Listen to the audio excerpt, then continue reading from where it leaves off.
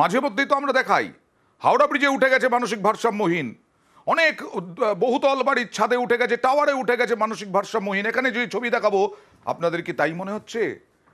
দেখুন তো, না, জঙ্গিপুর সংশোধনাগার থেকে পালাতে যাচ্ছিল এই বন্দি। জঙ্গিপুর সংশোধনাগার থেকে দেখুন পালাতে যাচ্ছিল, তারপরে তাকে ধরা হয়েছে। কথা বলবো প্রতিনিধি প্রণবের সঙ্গে, ছবিটা চলুক, ছবি চলতে চলতে আমরা কথা বলি। জঙ্গিপুর সংশোধনাগার, বিরাট সংশোধনাগার, আমি যতটুকু জানি সেই জঙ্গিপুর সংশোধনাগার থেকে এই বন্দি বেরোলো কিভাবে, মানে ছাদে গেল কিভাবে প্রণব?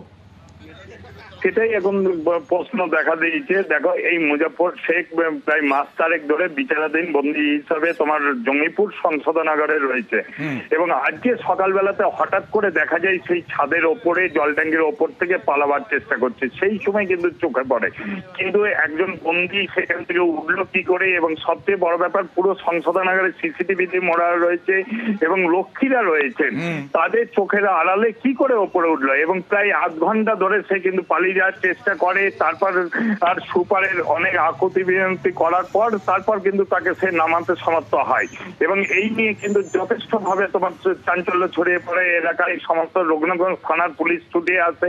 দেখো দেখো দেখো প্রণব, কিভাবে বেরোলো ওই বন্দি, সেটা তো বিষয় তো বটেই, কিন্তু এই করতে গিয়ে যদি দুর্ঘটনা ঘটতো তাহলেও কিন্তু কেস খেত জেল কর্তৃপক্ষ। প্রণব, হ্যাঁ, একদম তাই অয়েন্দা।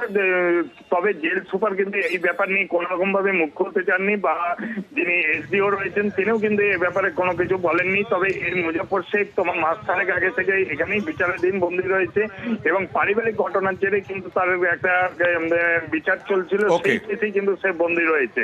এবং এই ব্যাপারে কিভাবে সে বেরিয়ে এলো, কিভাবে ওপরে উঠলো, কিন্তু সে ব্যাপার নিয়ে কোন রকম ভাবেই জেল কর্তৃপক্ষ তদন্ত হোক। একজন বিচারাধীন বন্দী এইভাবে একদম গড়ার থেকে বেরিয়ে গেলেন কিভাবে? এটাই তো বিস্ময়ের, এটাই তো কার গাফিলতি, কার উদাসীনতা। আর এবার দেখাবো